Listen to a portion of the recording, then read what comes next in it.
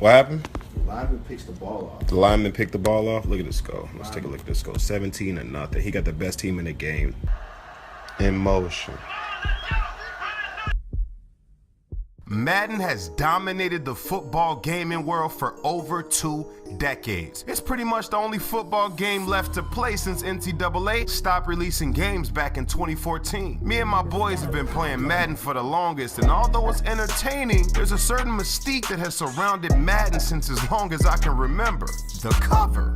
It all started back in 1999 when all-pro running back of the San Francisco 49ers, Garrison Hurst, was on the cover. He was actually the first player to face the cover of Madden. Prior to him, it used to be John Madden himself, in case y'all ain't know. So anyways, Hurst did take his team to the playoffs, but would suffer a gruesome ankle injury in the second round that would force him to miss the next 2 seasons.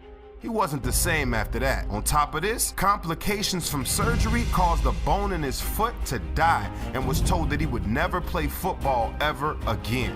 Ever since, usually whomever dons the cover of Madden has either an off year or is injury plagued for that season. Is this curse real? Let me know down in the comments if y'all feel the Madden curse is a myth or if it's the real deal. But with the release of Madden coming up in about a month, I figured this may be a good time to talk about 6 guys who were severely affected by the Madden curse. Let's do this. What's up, guys? OG the Beast here, and I'm in a good mood today for some reason. Madden about to come out. Y'all know how much I love football, so I couldn't be happier right now. But we don't do gaming videos on this channel. We do sports videos on this channel. So let's talk about some football. Now, off jump, in case y'all didn't know, if the Madden game was in 05, we talking about the season before. That's just how Madden works. I don't know. Anyways, if you enjoyed the video, please hit that like button and share it with the entire neighborhood. Also, hit that subscribe button if you enjoy sports the way that I do.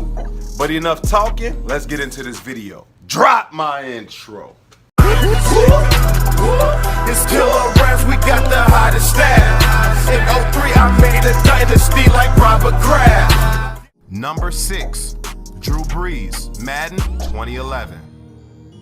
Brees, as we all know, was one of the greatest quarterbacks of all time. The pass-happy QB had a record-breaking season back in 2009. He broke the all-time record for completion percentage that season, along with taking the Saints to the Super Bowl and eventually winning the MVP of that game. The following season, he would be the cover boy for Madden 2011, and his production would take a dip a bit. I mean, statistically, he wasn't horrible, but his completion percentage was down from the previous seasons, and he threw a career-high 22 interceptions that season. To put this into context, this is double the amount he's ever thrown at that time in his career. Him and the team's lackluster performances in key games that season led to a laughable first-round exit in the playoffs. He lost to a Seattle team who was the first team in NFL history to make the playoffs with a losing record. Let's just erase from our memory banks because that was not Drew Brees.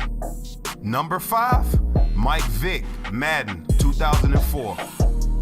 Vick was one of, if not the most exciting player to watch during his tenure. The season before donning the Madden cover, he threw for almost 3,000 yards and added another 800 yards on the ground. He also had 24 total TDs, all in his first season as a starter in Atlanta. The addition of Warrick Dunn helped Atlanta become a top 5 rushing attack that season as well. The Falcons made the playoffs that year and shocked the world by beating Brett Favre and the Green Bay Packers 27-7 in the wild card round. The following season as the cover boy, he wouldn't even touch the field in the season opener because during a preseason game, he ended up breaking his fibula. This led to the head coach being fired after 7 straight losses without Michael Vick in the lineup. Former coach Dan Reeves would be replaced by Wade Phillips for the remainder of the season. This was the start of the Wade Phillips era in the NFL. Vick's injury is actually the reason we don't see many players during the preseason play today. It's just not worth it if you ask me. Number 4, Marshall Faulk, Madden 2003. Marshall Faulk was one of the best dual-threat running backs of all time. He was the centerpiece of the best offense in the league at the time, labeled the greatest show on turf. The season before the Madden cover, he was a first-team All-Pro and also made the Pro Bowl. Faulk tallied 1,382 rushing yards along with 83 catches for 765 yards and 21 total TDs in only 14 games. games. He would also help lead his team to the Super Bowl. They lost to the Patriots, but it's safe to say he still deserved to be on the cover of Madden that year. But just like everybody else, he wasn't quite himself after taking the Madden cover in 2003. Faulk rushed for under 1,000 yards after doing so the past 6 seasons. The Rams will go from 14-2 and a Super Bowl berth the previous season to going 7-9 and missing the playoffs as the cover boy. This was the start of Faulk's decline because he would never rush for 1,000 yards again. He ended up missing the entire 2006 season due to a knee injury and would never return to football. See what that Madden cover do to people? Number 3, Daunte Culpepper, Madden 2002.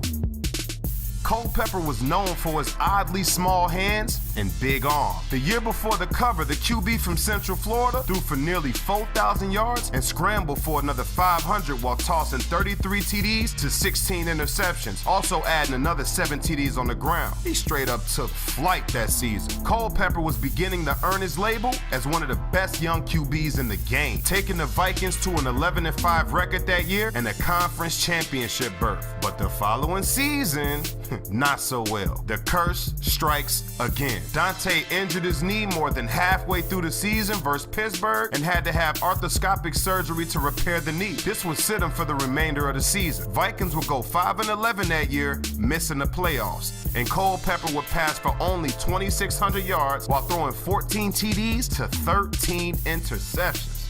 Ugh. And he got sacked 33 times that season. This poor season is actually the first time the term Madden curse was ever used. Yup, Daunte Culpepper is actually responsible for starting the myth. Number 2, Shaun Alexander, Madden 2007.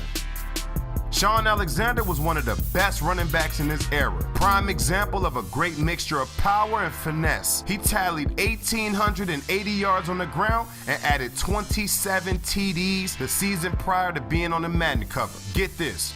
Alexander was the first running back in NFL history to record at least 15 touchdowns in 5 consecutive seasons. He's also the first player in history to score 19 TDs, receiving or rushing, in a 10-game span.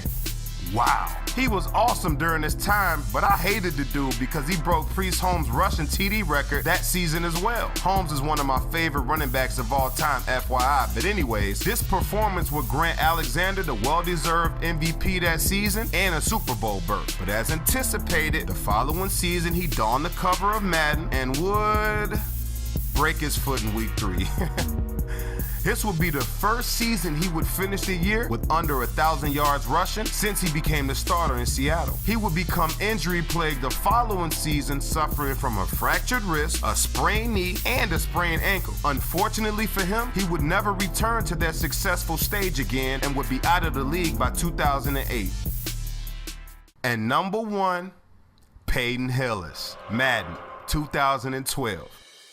This man right here is possibly the biggest one-hit wonder of all time. But that one season he did have was pretty promising, I'll give him that. Hillis was a fullback turned running back for the Cleveland Browns. The year prior to gracing the cover of Madden, he piled up 1,177 rushing yards and 11 TDs while adding 477 receiving yards and another 2 TDs. Man, whoever had him in fantasy that year hit the jackpot. But whomever drafted him the year after thinking he would repeat this success probably ain't make the playoffs in their league, let's be honest.